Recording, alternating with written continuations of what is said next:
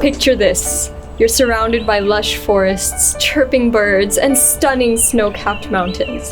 The scent of fresh apple cider wafts through the air, and the old stone buildings create an inviting sense of home.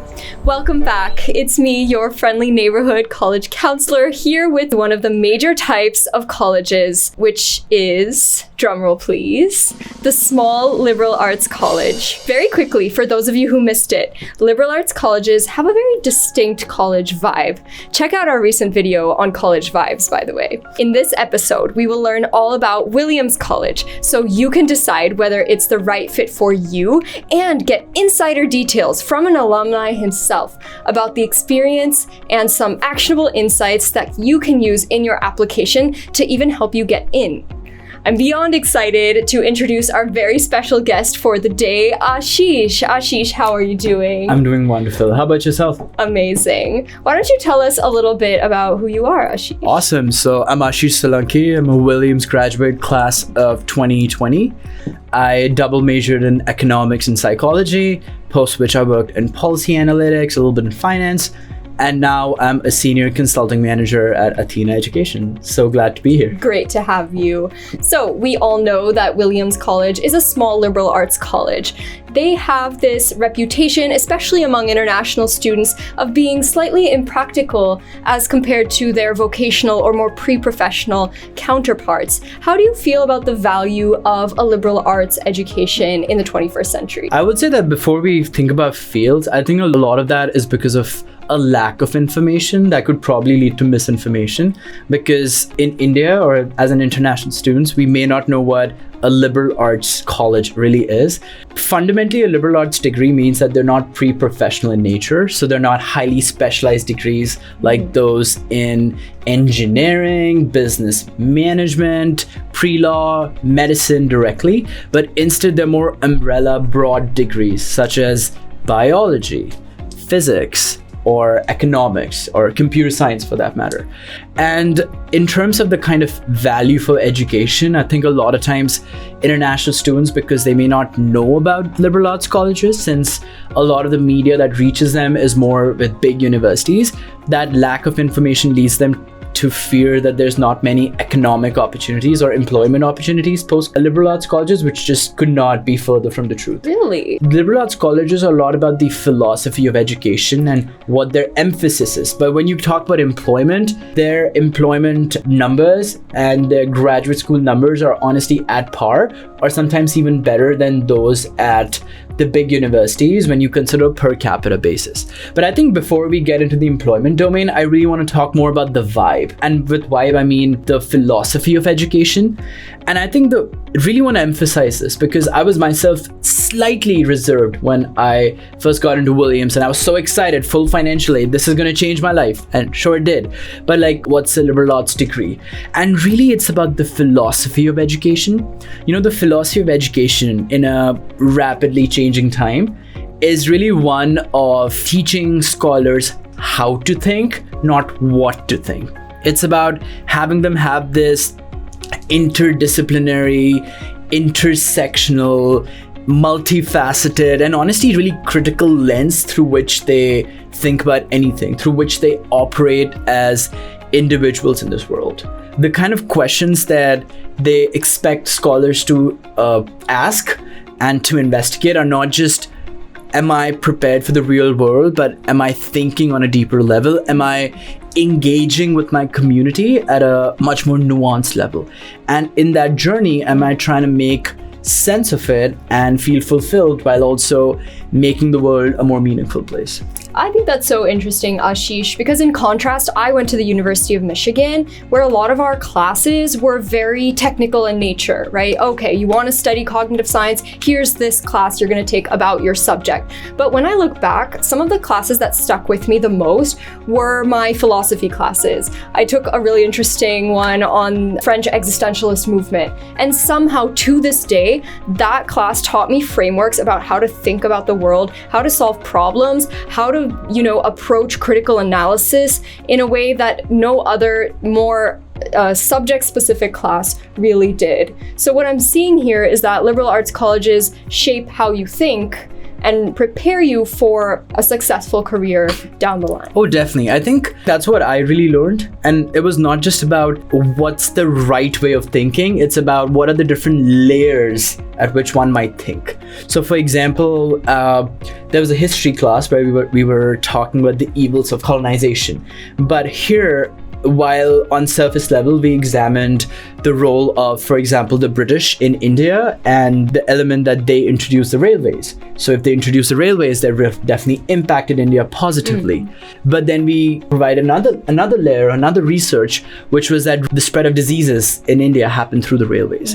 But then when you add another layer to that, we actually spoke about moral relativism, which is that we should talk often about the evils of colonization. But when we take a step backward, we realize that if any other civilization would have dominated the rest of the world, they might have acted very similarly. So being able to think on those multiple layers, but taking a stand is that nuanced education that you're able to get. So finding the shades of gray in every argument. Exactly. Being able to navigate nuance. Exactly. While taking a stand. Wow. So both of those things. So it's not as simple as saying this is right and this is wrong. It is actually about engaging in a lot of those really uncomfortable conversations, but coming out with a stand. Yeah. So all of this sounds good and well, right? And I think it can be very enriching and holistically developmental. But when you get down to it, kids need jobs after they graduate, and parents and families really care about that. What kind of jobs are Williams graduates getting after they leave? Are they getting, as many opportunities as, say, your next big university graduate? Yeah, and such a valid question. Honesty, but a lot of small liberal arts colleges, the elite ones, are similarly feeder schools and recruiting domains for all of the big investment banks, all the big consulting firms, a lot of boutique consulting firms, a lot of healthcare, private equity firms, as well as being, in fact, the top feeder schools to graduate programs when being considered a per capita basis. And that is something which is understandable for an international student to consider. And actually, I would even go as far to say that the smaller class size ensures that if international students really thrive in the college, they're bound to get even better jobs because they're able to really leverage the network, the industry connections, and the professor recommendations. So what you're telling me is that if I go to a liberal arts college, I'm going to be taught how to think, and I'm also going to get a great job or graduate school placement after I graduate. Indeed. So it seems like a win-win situation for all of us. At the same time, you should be thriving there and you should be happy there. Yeah. Right? So speaking of thriving, I want to know more about the campus culture and student life. There's this stereotype that Williams College students are very preppy, maybe a little bit elitist, rich, white, New England, waspy kind of a vibe. Tell me about your experience with that. All the rumors are true. Just kidding.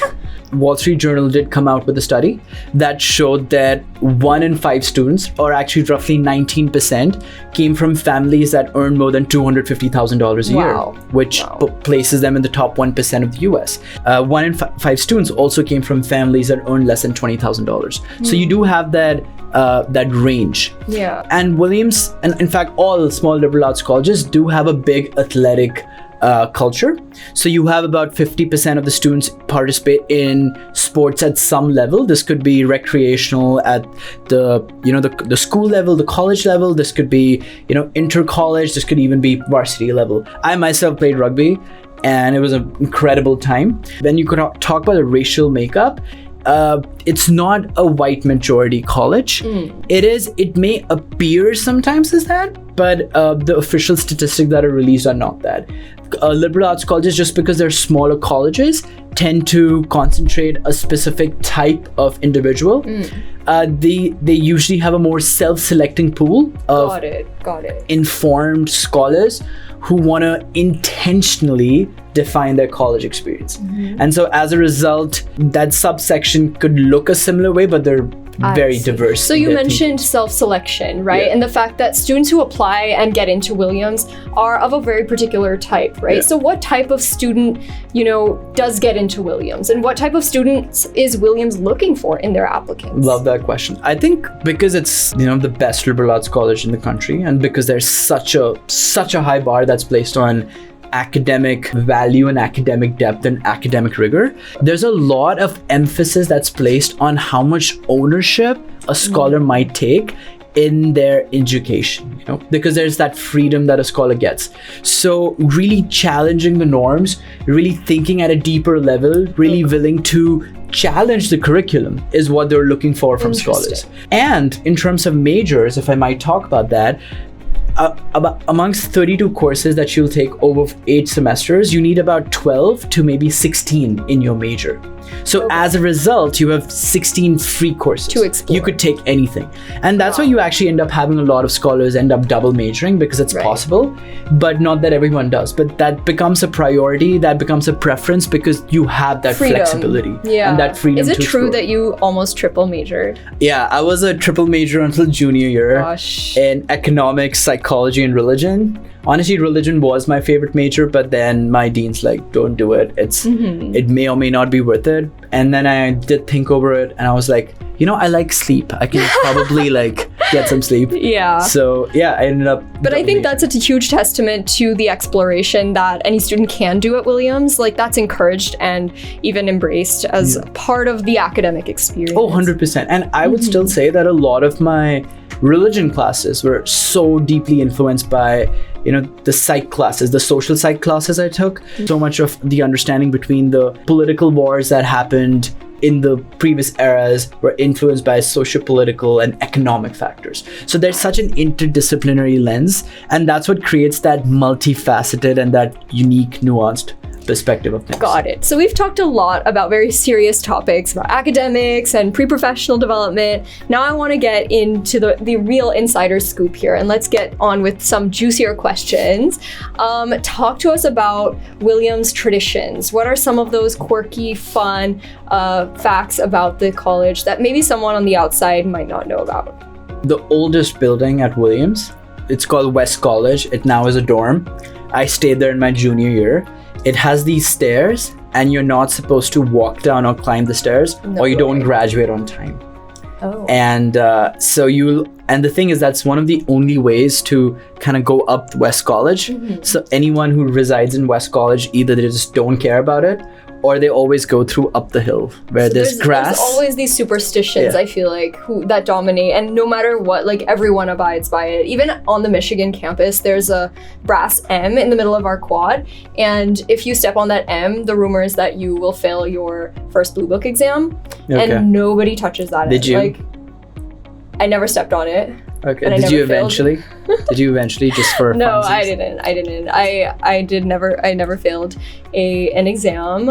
Yeah, at Williams, so some of the very interesting facts would be also that it was the first college that established a formal alumni society. So it's the oldest officially instated alumni society, and it's also the first that decided on the tradition of donning black robes. So you might have had graduation ceremonies before, but they didn't have the proper robe system. Wow. And now that's something that almost all universities use in the country, and I would say even in the world. Yeah. So Williams really is a college of firsts. Say at Williams, it's a lot about learning to thrive and really grounding yourself and centering yourself in what you have, and also really seeking help. That was one thing that was really surprising for me, honestly, because like something that everyone says, and I strongly believe by, is we're not really competing at the expense of one another, but instead really helping raise each other up. Totally. And you see that in every single scholar. Like, it was crazy for me that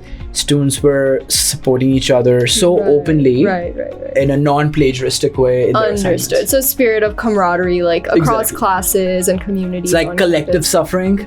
So I know, I've heard the academics are so rigorous. So yeah, it's so there was some ranking on which Williams is like in the top 5 colleges where students study the most.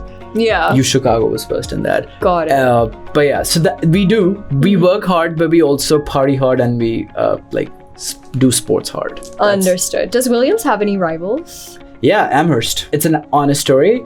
The Williams president left Williams with half of the library and established Amherst. Because he was like, so this is too rural for me. But that's why we have this rivalry, and we recently forgave them officially. There was an official pardon.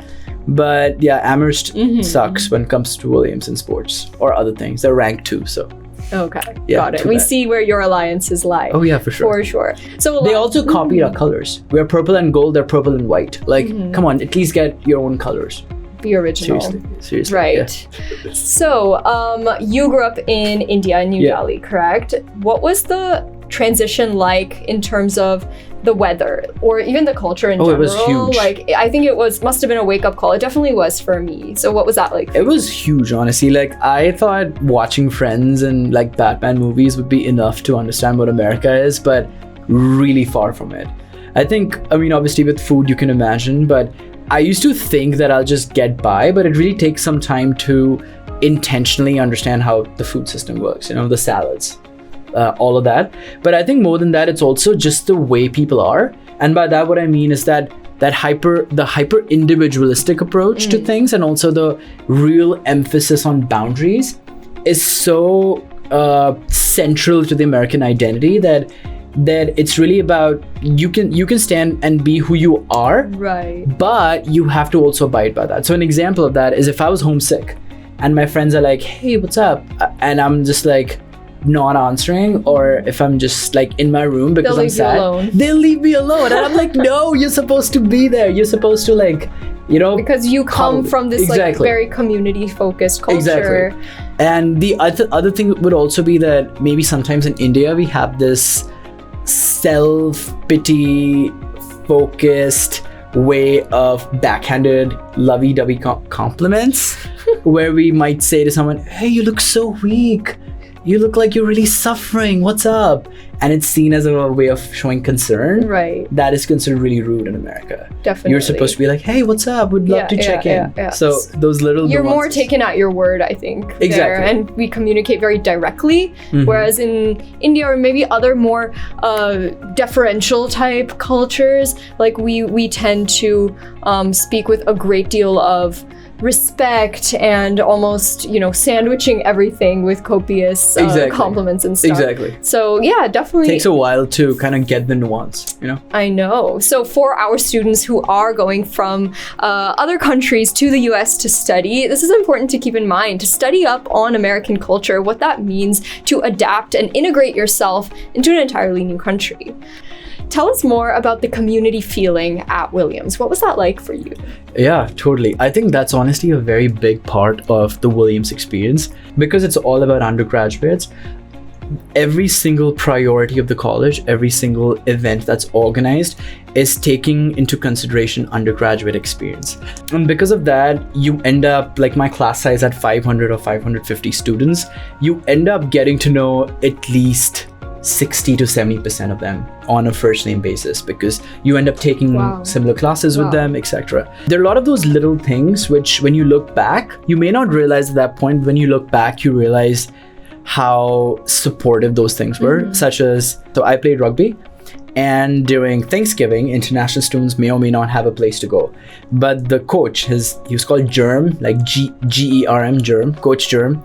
He was a local resident in Williamstown. He mentioned that any scholars who don't have any place to go during, Thanksgiving, they're more than welcome to join me at my home. We're gonna make barbecue and ribs. And honestly, that was a very out-of-the-box experience for me because very different culture, but especially at their place. But the kind of warmth I was given, and so I did end up spending Thanksgiving with them. And I thought there's going to be this expectation to, adapt. But they were just like, hey, yeah, you can just observe and chill. And then the second time, like sophomore year, I also did Thanksgiving at a friend's house. Lovely friend Susanna, and I taught her how to dance on Balam Pichkari, which was really fun. She danced better than me. So that's one instance. And I think the other one that I can think of at the top of my head would be when on winter break, because scholars are away and Christmas is so big, college organized a lot of potlucks, like on every 2-3 days, and we were given meal vouchers. All the students living on campus were put in one dorm, and there was a lot of events that were organized to make sure that they don't feel isolated since they're not home for the break. Like what this leads to, you get used to thinking at multiple layers, but you end up really having such a intense and deep experience with Williams graduates that this is an actual statistic. About 60% of Williams people marry Williams people. And I've had so many of my friends marry someone from their dating pool who's also Williams alum.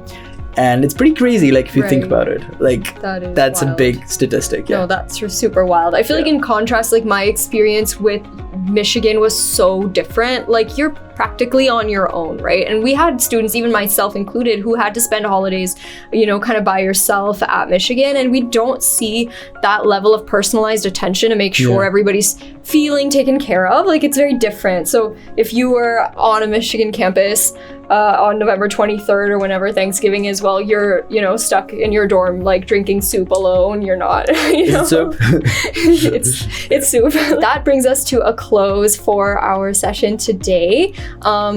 Thank you so much for joining us, and we very much value all of the amazing wisdom that you shared. Thank you so much for having me. Signing off once again as your friendly neighborhood college counselor. As always, do be sure to like, subscribe to our channel, put in the comments what other college alumni we should interview next time, and Advice for the day: meditate before you sleep, because it's going to help you sleep better, and keep your alarm across the room so you have to get up, because that way you'll wake up.